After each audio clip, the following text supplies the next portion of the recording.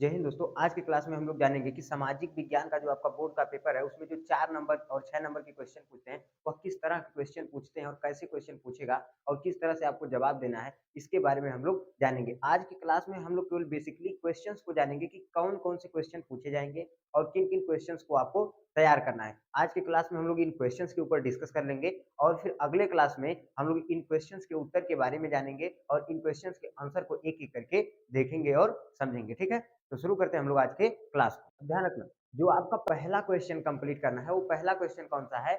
आर्थिक महामंदी के 2 कारणों का क्या कीजिए? उल्लेख कीजिए। हाँ, आपको क्या तैयार करना है? आर्थिक महामंदी के 2 प्रमुख कारणों का क्या करना है? उल्लेख करना है। ये 4 नंबर में क्वेश्चन आपसे पूछ सकता है। ध्यान रखना, ये क्वेश्चन 6 नंबर में भी पूछ सकता है और 6 नंबर में पूछेगा तो आपसे थोड़ा ज़्यादा इसके बारे में थोड़ा ज़्यादा विस्तार से पूछेगा। हो सकता है कि 2 कारण के बजाय आपसे कई कारणों के विषय में पूछ ले या बोल देगा आर्थिक महामंदी का विस्तार पूर्वक क्या कीजिए? वर्णन कीजिए या आर्थिक महामंदी के कारणों का विस्तार पूर्वक वर्णन कीजिए। तो ये क्वेश्चन आपका 4 नंबर और 6 नंबर में दोनों तरह से बन सकता है। 4 नंबर में बनाएगा तो थोड़ा-सा पूछेगा जैसे आर्थिक महामंदी की प्रमुख 2 कारणों का उल्लेख कीजिए या तो आपसे जब 6 नंबर में पूछेगा तो आपसे कह देगा कि आर्थिक महामंदी के कारणों का विस्तार पूर्वक वर्णन कीजिए। तब इसको ढेर बढ़ा करके लिखना पड़ेगा। समझ में आ रहा है कि नहीं? इसी तरह से ध्यान रखना, जो आपका अगला क्वेश्चन है, अगला क्वेश्चन आपसे किस तरह से पूछा जाएगा? विदेशी व्यापार से आप क्या समझते हैं? ये क्वेश्चन भी आपको क्या कर लेना है? कंप्लीट कर लेना है क्योंकि परीक्षा की दृष्टि से ये क्वेश्चन भी इम्पोर्टेंट है और ये क्वेश्चन भी कई बार पूछा जा चुका है, ठीक है? तो ध्यान रखना, आपके 2 क्वेश्चन हो गए। पहला क्वेश्चन आर्थिक महामंदी के 2 प्रमुख कारणों का उल्लेख कीजिए। दूसरा क्वेश्चन आपको क्या तैयार करना है? दूसरा क्वेश्चन आपको तैयार करना है विदेशी व्यापार से आप क्या समझते हैं? ठीक है? अब देख लेते हैं तीसरा क्वेश्चन। तीसरा क्वेश्चन आपसे क्या कह रहा है? तीसरा क्वेश्चन आपसे कह रहा है कि भारत के व्यापार की अभिनव प्रवृत्तियों का क्या कीजिए? उल्लेख कीजिए। तीसरा क्वेश्चन आपको ये तैयार कर लेना है कि भारत के व्यापार की अभिनव प्रवृत्तियों का उल्लेख कीजिए। ये क्वेश्चन भी आपका ध्यान रखना, परीक्षा की दृष्टि से बहुत मोस्ट इम्पोर्टेंट है। तो ये क्वेश्चन भी आपको क्या कर लेना है? बहुत अच्छे तरीके से कंप्लीट कर लेना है, ठीक? इसके बाद हम देख लेते हैं अगला क्वेश्चन। एक-एक करके अब हम लोग सभी क्वेश्चंस को क्या करेंगे? जान लेंगे, ठीक है? और सभी क्वेश्चंस आपको मिलते रहेंगे। ध्यान देना, अगला क्वेश्चन क्या कह रहा है? अगला क्वेश्चन कह रहा है राजनीतिक दलों से आप क्या समझते हैं? इनके किन्हीं 2 कारणों का उल्लेख कीजिए। राजनैतिक दल का मतलब ध्यान देना क्या होता है? राजनैतिक दल का अर्थ ये होता है जैसे जो राजनेता लोग होते हैं, जैसे राजनीति के क्षेत्र में जैसे या मान लो विधानसभा हो गई, लोकसभा हो गई, प्रधानी चुनाव जो भी मतलब हो गया, ये सब चुनावी क्षेत्र में जो लोग आते हैं, जो इन राजनीतिक दलों के प्रति कार्य करते हैं, इनके विषय में आपको क्या करना है? बताना है, ठीक है? हालाँकि किस तरह से आप बताएँगे अगर आपको ना सूझ होगी, तो आप किस तरह से बताएँगे इसके बारे में तो हम बताइए करेंगे। अब बाकी आप अपने घर में बड़े लोगों से पूछेंगे, वो लोग भी आपको इसके बारे में समझा देंगे, ठीक? अगला क्वेश्चन ध्यान रखना आपका क्या है? ऊर्जा के परंपरागत स्रोतों का वर्णन कीजिए। अगला क्वेश्चन आपको क्या तैयार कर लेना है? ऊर्जा के परंपरागत स्रोतों का वर्णन कीजिए। जैसे सौर ऊर्जा हो गई, ये परंपरागत स्रोत ही है, पीढ़ी दर पीढ़ी ही तो आ रही है। जो पीढ़ी दर पीढ़ी स्रोत चलते हैं, उसे कहते हैं परंपरागत स्रोत। जैसे जमीन है, ठीक है?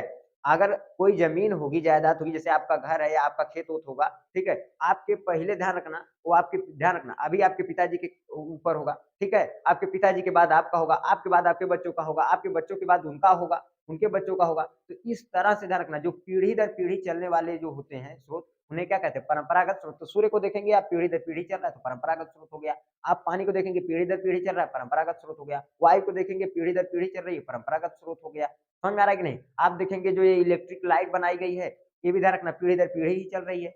ये भी क्या हो जाएगा? परंपरागत स्रोत हो जाएगा। इसी तरह से डीजल हो गया, पेट्रोल हो गया, कोयला हो गया, ये सब क्या हो जाएँगे? परंपरागत ऊर्जा के क्या हो जाएँगे? स्रोत हो जाएँगे, ठीक? अगला क्वेश्चन आपको क्या तैयार कर लेना है? विकास की धैर्यता का क्या अर्थ है? ठीक? अब विकास की धैर्यता का ध्यान रखना अर्थ क्या होता है, ठीक है? तो किसी भी संसाधन का उसी एक सीमित मात्रा में उपयोग करना, ठीक है? ताकि जो है मतलब कि वर्तमान की आवश्यकता को पूरा तो किया ही जा सके, भविष्य में भी उसकी जो है मतलब आने वाली जो पीढ़ियाँ है उसका लाभ ले सकें, ठीक है? इसे ही हम लोग क्या कहते हैं? विकास की धैर्यता, ठीक है? अगला क्वेश्चन आपको क्या तैयार कर लेना है? उपभोक्ता उद्योग से आप क्या समझते हैं? ठीक है? उपभोक्ता उद्योग से आप क्या समझते हैं? ध्यान रखना, यानी कि वे कंपनियों में या फैक्ट्रियों में वो सभी बनाई गई जो चीज़ें होती हैं, ठीक है? जिनका मतलब ध्यान रखना हम लोग क्या करते हैं अपने दैनिक जीवन में उपयोग करते हैं, उसे क्या कहते हैं? उपभोक्ता उद्योग। जैसे ये बोर्ड है, ठीक है? बोर्ड को हम ध्यान रखना प्रतिदिन क्या करते हैं? पढ़ाने के लिए उपयोग करते हैं, तो ये क्या है? उपभोक्ता उद्योग कहलाएगा। समझ में आ रहा है कि नहीं? या फ़ोन है, अब फ़ोन से हम क्या कर रहे हैं? अभी वीडियो शूट करने का काम कर रहे हैं, तो ये भी क्या कहलाएगा? उपभोक्ता उद्योग। ये लाइट है, प्रतिदिन हम इसको उजाले के लिए जलाते हैं, प्रतिदिन इसका उपयोग करते हैं, तो ये भी क्या कहलाएगा? उपभोक्ता उद्योग। समझ में आ रहा है कि नहीं? अब एक चीज और भी आप ध्यान दीजिएगा, सवेरे सवेरे पंडित जी उठते हैं तो एकदम नहा धोकर के तुरंत एकदम लाइक अगरबत्ती घंटी और सुगाना शुरू कर देते हैं, समझ में आ रहा है कि नहीं? ये भी क्या कहाँ से बन करके आता है? उपभोक्ता उद्योग से। तो ये सारी की सारी चीजें कहाँ से आती हैं? उपभोक्ता उद्योग से। सारी चीजें आपको एक एक करके विस्तार पूर्वक हम समझाएंगे जब क्वेश्चन को बताएंगे अगले वीडियो में, ठीक है? अभी केवल हम लोग क्वेश्चन के ऊपर डिस्कस करें कि क्वेश्चन क्या है, इन क्वेश्चन को जान लेते हैं। अगले क्वेश्चन अगले वीडियो में एकदम मस्त मजे के साथ हंसते हंसते सभी क्वेश्चन को याद कर लेंगे, ठीक है? अब बात करते हैं अगले क्वेश्चन की। कह रहा मृदा अपरदन क्या है, विस्तार पूर्वक वर्णन कीजिए। मृदा अपरदन का मतलब क्या होता है? किसी चीज को खन खोद करके यानी मिट्टी को खन खोद करके एक जगह से दूसरे स्थान तक। मतलब अपरदन का मतलब क्या होता है? मिट्टी को एक स्थान से दूसरे स्थान पर जब मिट्टी चली जाती है तो उसे क्या कहते हैं? उस घटना को मृदा अपरदन। अब मृदा अपरदन कई तरीकों से हो सकता है। देखोगे बाढ़ के समय में भी मिट्टी बह के आ जाती है, समझ में आ रहा है कि नहीं? आप देखोगे जब गर्मियों के समय में धूल भरी हवाएं चलती है तो उसमें भी देखोगे धूल उड़ करके चली जाती है, समझ में आ रहा है कि नहीं? बरसात जब होता है तो मिट्टी बह करके चली जाती है उसके साथ, समझ में आ रहा है कि नहीं? कोई देखोगे जिसे भी लेके आएगा बकोट करके भर देगा, ट्रैक्टर में उठा लीजिएगा। ये सब क्या कहलाता है? मृदा का अपरदन। यानी मिट्टी का एक स्थान से दूसरे स्थान पर स्थानांतरित होना ही क्या कहलाता है? मृदा अपरदन। अब बात करते हैं अगले क्वेश्चंस की। भारत में आयात एवं निर्यात से क्या तात्पर्य है? ठीक है, तो भारत में आयात और निर्यात से क्या तात्पर्य है, इसके विषय में आपको तैयार कर लेना है। यानी आयात का मतलब क्या होता है, ध्यान रखना, अपने यहाँ खरीद करके लाना। यानी विदेशों से खरीद करके जब अपने देश में आप सामान को लाएंगे तो उसे आयात कहते हैं, और जब अपने देश से ले जाकर के विदेशों में आप सामानों को विपणन करेंगे यानी बेचेंगे तो उसे क्या कहेंगे? जो है निर्यात कहेंगे, ठीक है? अब ध्यान रखना, अगला क्वेश्चन हम लोग देख लेते हैं कि अगला क्वेश्चन क्या आपसे पूछेगा, क्या इंपॉर्टेंट है आपको तैयार करना है। इन क्वेश्चंस को बहुत अच्छे तरीके से आप तैयार कर लीजिए, क्योंकि ये क्वेश्चन बहुत मोस्ट इंपॉर्टेंट क्वेश्चन है। और ध्यान रखना, ये तो आपको हम कन्फर्म गारंटी के साथ करें कि 90% ध्यान रखना जो क्वेश्चन है वो आपके इन्हीं क्वेश्चन में से आएंगे, इसके बाहर से नहीं आएंगे, ठीक? अगला क्वेश्चन ध्यान रखना क्या है, संसाधनों की प्रमुख विशेषताओं का वर्णन कीजिए। अब संसाधन जो होते हैं, संसाधन का मतलब क्या होता है? संसाधन का अर्थ क्या होता है? जो हमारे दैनिक कार्यों में सहायक होते हैं उसे हम लोग क्या कहते हैं? संसाधन कहते हैं। जैसे बोर्ड, हमारा दैनिक कार्य क्या है? पढ़ाना। पढ़ाने में सहायता कौन करता है? व्हाइट बोर्ड ही कर रहा है, बोर्ड कर रहा है। तो बोर्ड क्या हो जाएगा? जो है बोर्ड हमारा क्या हो जाएगा? संसाधन हो जाएगा। इसी तरह से जितने भी संसाधन होते हैं उन संसाधनों की सभी विशेषताओं का हमें क्या करना है? वर्णन करना है। आपका मोटरसाइकिल है, एक स्थान से दूसरे स्थान तक ले जाने का काम करते हैं, ठीक है? उसको चलाने के लिए ईंधन की आवश्यकता होती है, वो ईंधन पेट्रोलियम से प्राप्त हो जाता है। इन सारी चीजों को ध्यान रखना है। ये जो संसाधन है इनकी विशेषताओं का हमें क्या करना है? वर्णन करना है। तो इनके बारे में तो हम जानबे करेंगे अब सब आने वाले क्लास में। क्या कह रहा है अगला क्वेश्चन, विकसित एवं विकासशील देश से आप क्या समझते हैं? विस्तार पूर्वक वर्णन कीजिए। अब देखो, विकसित देश और विकासशील देश, विकसित देश का अर्थ ध्यान रखना, बस इतना समझ लो, विकसित देश का अर्थ क्या होता है? जो वर्तमान की आवश्यकता को पूरा करने के साथ साथ भविष्य की भी आवश्यकताओं को पूरा करने की क्षमता रखता है, उससे विकसित देश कहते हैं। और विकासशील देश किसे कहते हैं? जो अभी वर्तमान की आवश्यकताओं को पूरा करने की कोशिश कर रहा है धीरे धीरे, उसे क्या कहते हैं? विकासशील देश। समझ में आ रहा है कि नहीं? तो अब आप ये समझ गए कि जो है विकसित देश क्या होता है, विकासशील देश क्या होता है। अब इनके बारे में हम लोग जो है डिटेल में जानेंगे अगले क्लास में, ठीक? अब बात करते क्या है, अगला क्वेश्चन कह रहा मृदा संरक्षण क्या है, इसके उपाय का वर्णन कीजिए। मृदा संरक्षण क्या है, इसके उपाय का वर्णन करना। तो मृदा संरक्षण मतलब मिट्टी का, ध्यान रखना, एक स्थान से बह करके यानी दूसरे स्थान पे स्थानांतरित होने से रोकना, ही क्या कहलाता है? मृदा संरक्षण कहलाता है। इसके जो भी उपाय हैं उनके बारे में हमें डिटेल में बात करनी है अगले क्लास। फिर क्या कह रहा है, यूरोप में राष्ट्रवाद के उदय का इटली एवं जर्मनी के एकीकरण में योगदान बताइए, ठीक है? यूरोप में राष्ट्रवाद के उदय का इटली एवं जर्मनी के एकीकरण में योगदान बताइए, ठीक है? तो यूरोप में जो राष्ट्रवाद का, ध्यान रखना, उदय हुआ था, इसके विषय में हमें बताना है, ठीक है? तो किस तरह से हुआ था तो वो तो हम लोग जानबे करेंगे अगले क्लास में।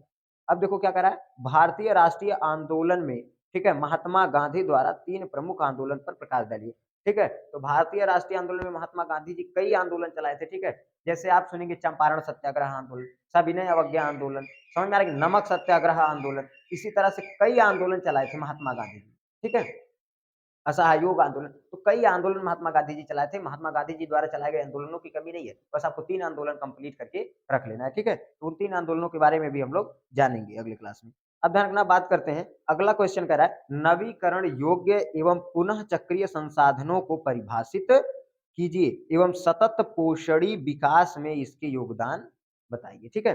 अब ध्यान रखना, अगला क्वेश्चन क्या कह रहा है, अगला क्वेश्चन कह रहा है नवीकरण योग्य एवं पुनः चक्रीय संसाधनों को परिभाषित कीजिए तथा सतत पोषणीय विकास में इसके क्या योगदान है, इसको भी बताइए, ठीक है? तो इन क्वेश्चंस को ध्यान रखना। नवीकरण योग्य संसाधन का अर्थ तो आप समझ में करते हैं कि वह संसाधन जो एक बार खत्म हो जाए लेकिन प्रकृति द्वारा उसका निर्माण फिर से कर दिया जाए, उसे क्या कहते हैं? नवीकरण योग्य पुनः चक्रीय संसाधन। समझ आ रहा है कि नहीं?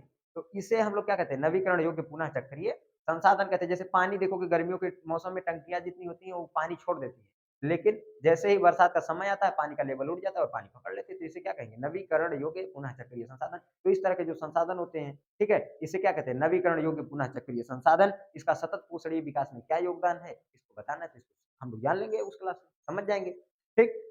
अब ध्यान देना, जो अगला क्वेश्चन आपसे है पूछने के लिए इम्पोर्टेंट क्वेश्चन के तौर पर है, क्या करा है? भारत की प्रमुख संघात्मक व्यवस्था की प्रमुख विशेषताओं का वर्णन कीजिए, ठीक है?